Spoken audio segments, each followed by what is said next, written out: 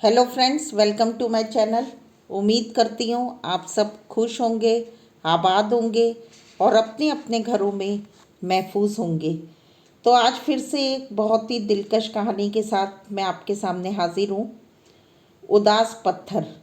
और ये कहानी हेमराज कुर्मी जी के द्वारा लिखित है। इस महामारी ने तो सारा जीवन अस्त व्यस्त कर दिया है। 3 महीने से बस घर में ही पड़े हैं। अब तो मुझे अपने होने पर भी संदेह होने लगा है। कभी कभी तो ऐसा जान पड़ता है कि हम घर में पड़े हुए किसी पुराने अनुपयोगी कपड़े की तरह हैं, जिसका कोई मोल ही नहीं है। सुरेश बाबू आज सुबह से ही मन ही मन बुदबुदा रहे थे। तभी उनकी पत्नी बोल उठी, ए जी, क्या आज सुबह से मन ही मन बड़बड़ा रहे हो? जरा जोर से बोलो तो हम भी सुने। आखिर क्या चल रहा है? सुरेश बाबू बोले, अरे सुनैना, यही तो समस्या है। आखिर कुछ चल ही तो नहीं रहा। हर चीज़ जैसे थम गई है। काम धंधे, स्कूल कॉलेज, ऑफिस, बाजार और यहाँ तक कि सभी कला और मनोरंजन के केंद्र भी सूने पड़े हैं। पहले आए दिन कितने अच्छे अच्छे प्रोग्राम होते थे। कामकाज के बाद मनोरंजन का कितना अच्छा इंतज़ाम था। जिंदगी कुल मिलाकर सागर की तरह शांत हो गई है। दूर दूर तक कोई हलचल दिखाई नहीं पड़ती। सुरेश बाबू के मन में ऐसे ही कई प्रश्न कौतूहल के कारण बने हुए थे। खैर, तुम ये सब छोड़ो और एक काम करो, कुछ नाश्ता बना दो। मैं आज थोड़ा शहर की आबो हवा का जायजा लेकर आता हूँ। पर जाओगे कहाँ? सुनैना ने पूछा। अरे भाई, जहाँ मन को थोड़ा सुकून मिले। अच्छा, ज़्यादा सुकून चाहिए? देखते नहीं हो चारों ओर महामारी फैली हुई है। तुम्हें अपने बीवी बच्चों का जरा भी ख्याल नहीं है। अरे भाग्यवान, अब तो ये सुकून काटने को दौड़ता है। तुम हो सके तो कुछ नाश्ता बना दो, या फिर मैं ऐसे ही चला जाता हूँ। सुनैना नाश्ता तैयार करती है। वह गर्मा गर्म पराठे बनाती है। सुरेश बाबू को पराठे बहुत पसंद थे।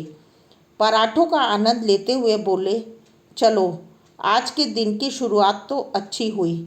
मनपसंद चीज़ खाने को तो मिल गई। अब आगे दिन कैसे गुजरता है ये देखा जाएगा। फिर सुरेश बाबू ने उनके एक मित्र नीरज को फ़ोन लगाया। अरे भाई नीरज, क्या हालचाल है? अरे भाई सुरेश, अब हाल का क्या कहूँ।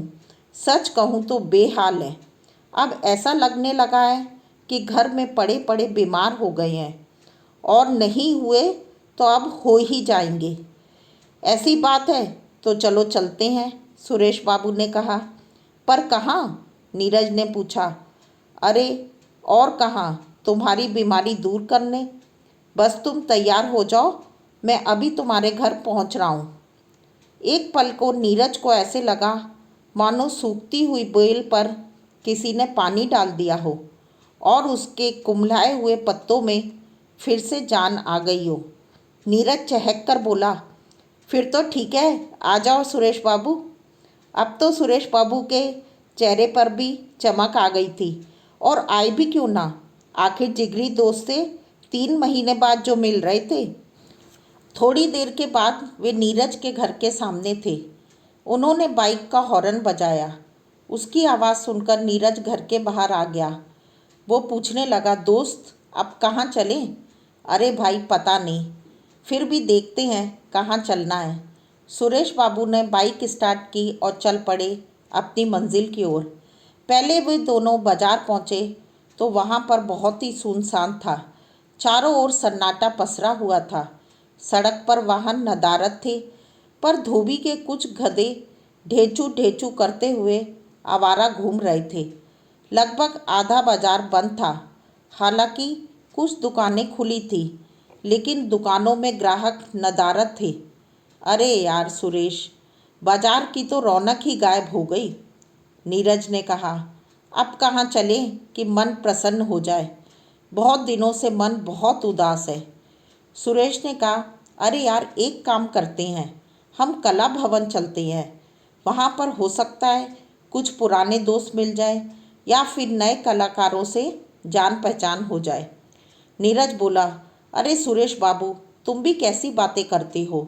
इस महामारी के कारण आज अपने दोस्त यार, रिश्तेदार, ये सब लोग हों तो क्या हुआ, वो तो सब डिस्टेंस बनाए हुए हैं। अगर कोई जान पहचान वाला मिल जाए तो 10 फुट दूर से ही राम राम होती है। तुम हो कि अनजान लोगों से जान पहचान बढ़ाने की बात कर रहे हो। सच में मित्र, तुम बहुत आशावादी हो। क्या कोई व्यक्ति ऐसे नाजुक वातावरण में हमसे बात करने में रुचि दिखाएगा? मेरी समझ से तो बिल्कुल भी नहीं है। ठीक है नीरज बाबू, फिर भी वहाँ चलो तो। आखिर देखे तो क्या माजरा है, लोगों ने आना जाना शुरू किया कि नहीं। कुछ देर में दोनों कला भवन पहुँच गए। भवन का मुख्य दरवाज़ा खुला हुआ था, वहाँ से वे भीतर पहुँच गए। पर वहाँ तो खाली सन्नाटा पसरा हुआ था। ऐसे लग रहा था मानो किसी भुतहा हवेली में प्रवेश कर गए हों। वहाँ कई महीनों से लोगों का आवागमन ना होने से मकड़ियाँ अपने पैर पसार रही थीं। उनके जाले मुंह पर चिपक रहे थे। वे धीरे धीरे मुक्ताश मंच की ओर बढ़े। तभी किसी ने आवाज़ दी, अरे सुरेश बाबू, आप? उन दोनों ने वहाँ देखा, उन्हें कोई दिखाई नहीं दिया। वे मन ही मन सोच रहे थे कि उन्हें किसने आवाज़ दी, कहीं सच में भूत तो नहीं। अरे भाई, हम हैं, जरा हमारी ओर गौर से तो देखो।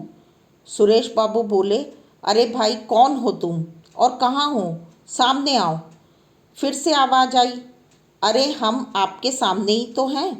अब तो दोनों के हाथ पैर फूल गए।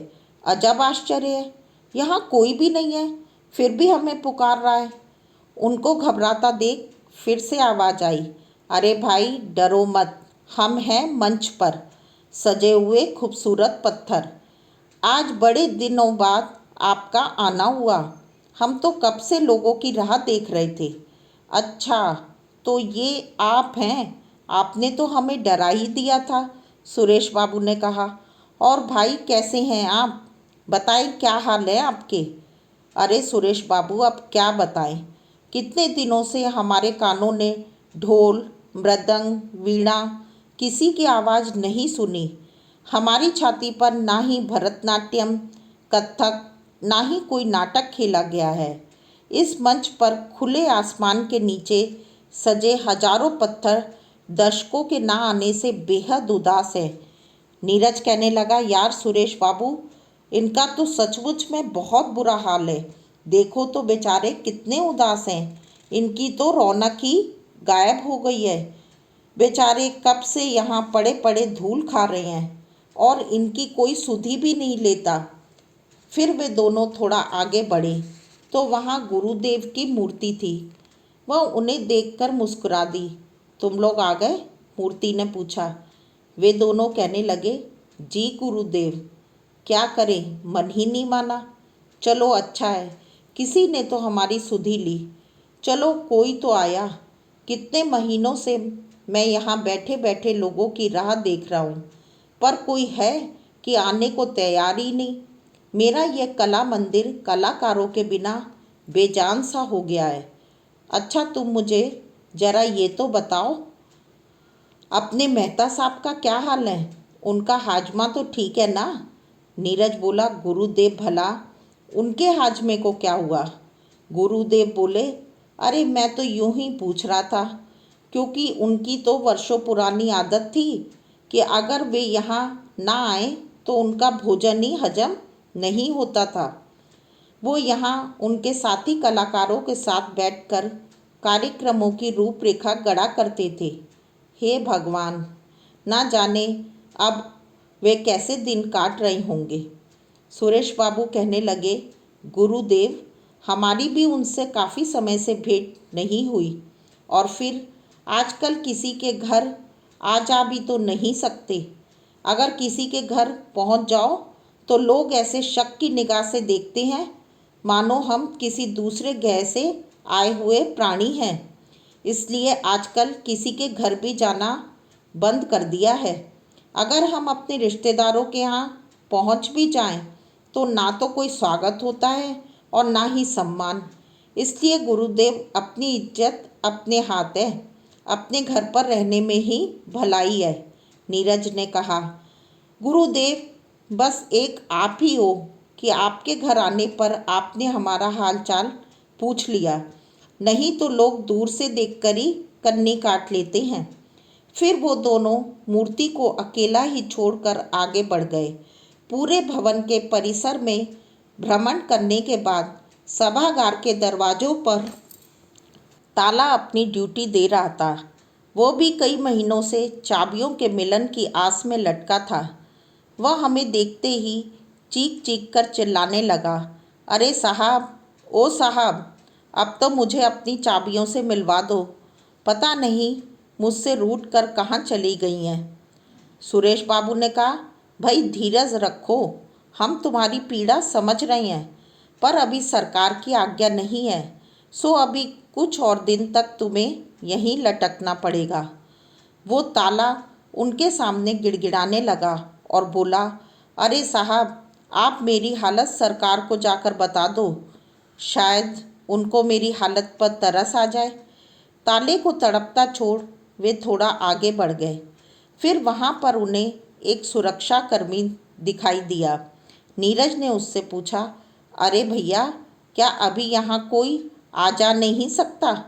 उस सुरक्षा कर्मी ने बड़े ही चुटकी भरे अंदाज में जवाब दिया, साहब, अब आप लोग आ गए हैं, धीरे धीरे दूसरे लोग भी आने लगेंगे। सुरेश कहने लगा, यार नीरज, चलो कुछ देर तो इन पत्थरों के साथ बैठते हैं। नीरज बोला, हाँ सुरेश बाबू, आप ठीक ही कहते हो, चलो बेचारों का थोड़ा दर्द बांट लेते हैं। फिर दोनों मंच पर बनी सीढ़ियों पर बैठकर मंच को देखने लगे। चारों ओर शांति और उदासी फैली नजर आ रही थी। नीरज कहने लगा, यार सुरेश, इस महामारी ने इंसानों के चेहरे का रंग ही नहीं बल्कि रंगमंच के रंग भी छीन लिए हैं। सुरेश बाबू कहने लगे, अरे दोस्त, बिल्कुल सही कहा तुमने, यह समय का अजब गजब फेर है, पर यह भी तो तय है कि यह दुख के बादल एक न एक दिन जरूर छट जाएंगे। इस मंच पर फिर से इंद्रधनुषी रंग बिखेरेंगे, फिर से ढोलक की थाप, वीणा की झंकार सुनाई देगी। तब ये मंच ही नहीं, पूरा आसमान गूंज उठेगा। जब अप्सराओं की तरह नृत्यांगनाएं यहाँ भरतनाट्यम करेंगी तो संग संग ये आसमान भी नाच उठेगा। दोस्त, आज इंसान ही नहीं, पत्थर भी उदास है, परंतु उदासी की शाम जरूर छट जाएगी और एक दिन फिर खुशहाली का सूरज चमकेगा। फिर चारों ओर खुशी के फूल खिलेंगे, बसंती हवा लोगों के मन में प्रसन्नता घोलेगी। नीरज बोला, हाँ मित्र, ऐसा ही होगा, चलो अब चलते हैं। वो दोनों मंच से नीचे उतर रहे थे और पत्थर ताली बजा रहे थे। तो फ्रेंड्स, उम्मीद करती हूँ कि ये कहानी आपके दिल को ज़रूर बहुत छूएगी और इस कहानी के सही अर्थ को आप बेहतर तरीके से समझने पाए होंगे। और ये कहानी जितनी खूबसूरती से लिखी गई है, उतना ही महामारी के उस दौर के दर्द को भी प्रकट करती हैं। उम्मीद करती हूँ कि आप इस कहानी को पसंद करके इसके बारे में अपनी राय को ज़रूर कमेंट बॉक्स में लिखेंगे। मिलते हैं नई कहानी के साथ अगले एपिसोड में।